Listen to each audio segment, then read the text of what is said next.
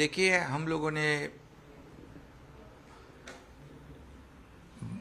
हमारे हिंदू हृदय सम्राट बाला साहब ठाकरे जी का हिंदुत्व का जो मुद्दा है, जो हिंदुत्व के विचार है, उनकी भूमिका है, उसे आगे ले जाने का फैसला हम लोगों ने किया है।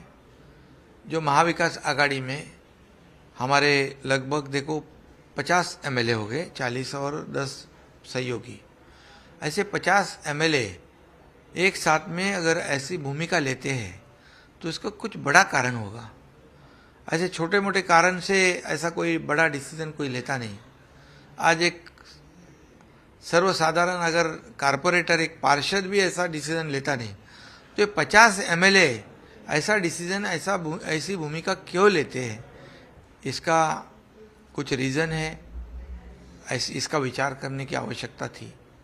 लेकिन हम लोगों ने जब शिवसेना बीजेपी के साथ चुनाव लड़ा था 2019 में, लेकिन सरकार बन गई कांग्रेस राष्ट्रवादी के साथ, और इसके वजह से हिंदुत्व की बात जब जब हिंदुत्व के मुद्दे आए, सावरकर जी का मुद्दा आया और कई मुद्दे आए, मुंबई बॉम्ब ब्लास्ट का मुद्दा आया, दाऊद का मुद्दा आया, और भी कई मुद्दे जब आते थे, तो हम कुछ भी निर्णय नहीं ले पा रहे थे।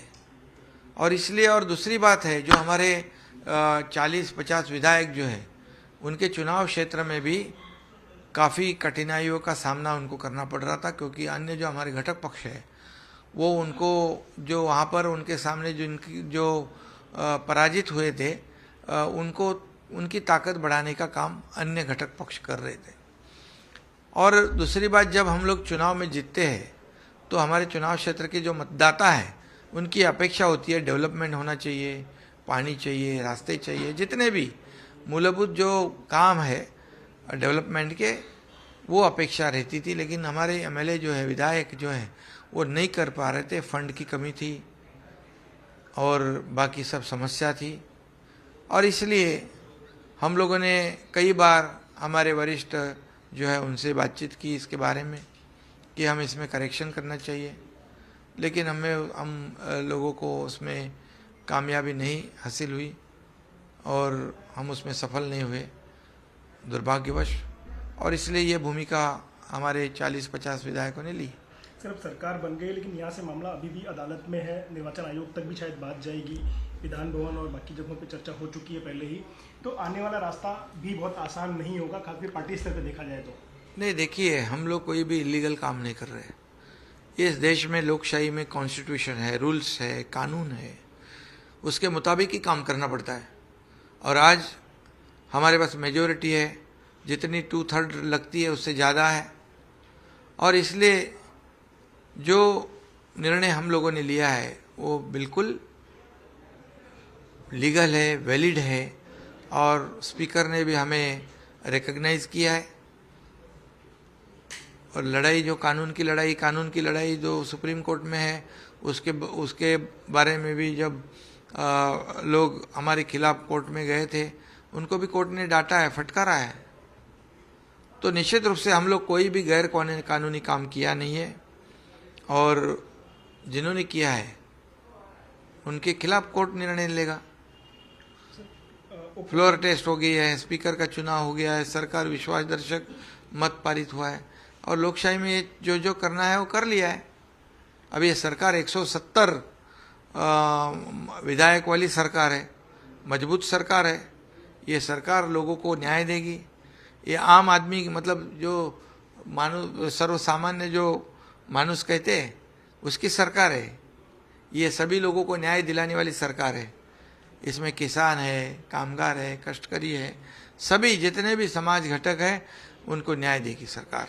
सर, आप मुख्यमंत्री बनेंगे, पहला आश्चर्य ये था, देवेंद्र जी, ये आश्चर्य हमारे लिए तो था, लेकिन आपके लिए ये चीज़ें कब साफ हुई, कब आपको? देखिए, सब लोग एंटिसिपेट कर रहे थे, पब्लिक में ऐसे ही परसेप्शन था कि भारतीय जनता पार्टी जो है ये सत्ता के लिए कुछ भी करती है, लेकिन उन्होंने बता दिया है सभी देशवासियों को कि ये 50 लोगों ने एक हिंदुत्व की भूमिका ली है, एक वैचारिक भूमिका ली है, और इनका एजेंडा जो है डेवलपमेंट का है, हिंदुत्व का है, तो इन्हें सपोर्ट करना चाहिए। और उन्होंने हमको सपोर्ट किया। उनके पास ज़्यादा संख्या और ज़्यादा विधायक होने के बावजूद, और आप जानते हो कि हमें तो उन्होंने मुख्यमंत्री पद के लिए समर्थन दिया, और आदरणीय प्रधानमंत्री नरेंद्र जी मोदी साहब ने मुझे ये भी कहा, इस राज्य को आगे बढ़ाओ, राज्य को विकास की ओर ले जाओ, इस राज्य में जितने भी डेवलपमेंट के प्रकल्प है वो करो, केंद्र सरकार और मैं खुद आपके पूरे पीछे पूरी ताकत से खड़े हैं, ये भी उन्होंने कहा। तो ये सबसे बड़ी बात है। और केंद्र सरकार भी साथ में है, और हम लोगों ने कोई गैर कानूनी काम नहीं किया। जो प्री पोल अलायंस जो हुई थी शिवसेना और भाजपा की, हम वही पार्टी के साथ अलायंस कर रहे हैं। सर, कल आपने प्रेस कॉन्फ्रेंस में एक बड़ी बात कही थी कि आने वाले चुनाव में 200 सीटों का लक्ष्य रहेगा भाजपा और शिवसेना युति का।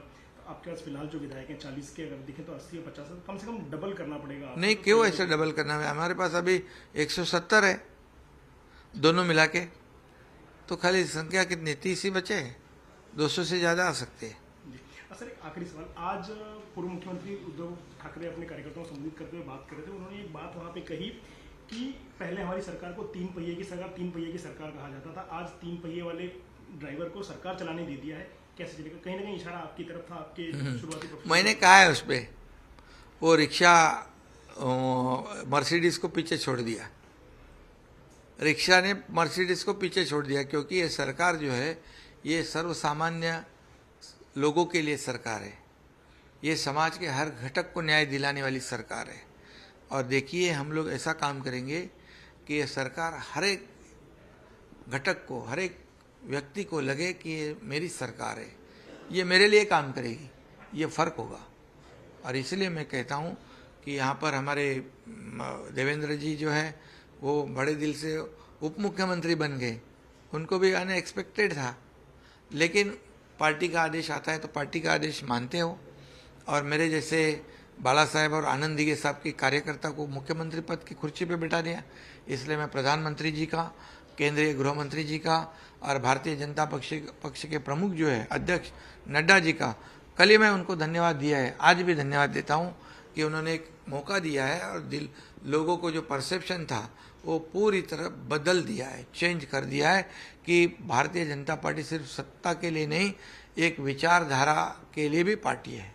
कैबिनेट का स्वरूप क्या होगा और कब तक? अभी बात होगी जल्दी, वो भी सब निर्णय होगा। सर, एक और सवाल जानना चाहिए, जिस तरह से ओवरऑल जो सिनेरियो चल रहा था, क्या आपने कभी उद्धव ठाकरे जी से बात की थी विषय में कि आप हमारे साथ आइए? क्योंकि हालांकि आप लगातार जिस तरह से बातें कर रहे थे कि नाराज होकर जाने से पहले किसी तरह की चर्चा उद्धव ठाकरे से आपकी हो पाई थी? हमने कई बार चर्चा की ना मैंने, कि ये जो महाविकास आघाड़ी में हम बैठे उससे हमें फायदा नहीं है, हमें नुकसान है, हमारे एमएलए चिंतित है, कल चुनाव कैसे लड़े, कैसे जीते। हम नगर पंचायत में 4 नंबर पे गए, मुख्यमंत्री होने के बावजूद पार्टी 4 नंबर पे जाती है।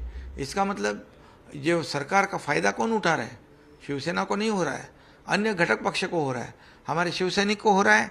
नहीं हो रहा है। शिवसैनिक के जीवन में क्या मिला? उनको क्या मिला? पार्टी सत्ता होने के बावजूद मिला क्या? कुछ भी नहीं मिला। उनके ऊपर अन्याय हो गया, उनके ऊपर झूठी केसेस डालने, उनको तड़ीपार होना पड़ा, उनको मौका जैसे कार्रवाई को फेस करना पड़ा। तो सरकार किस लिए है?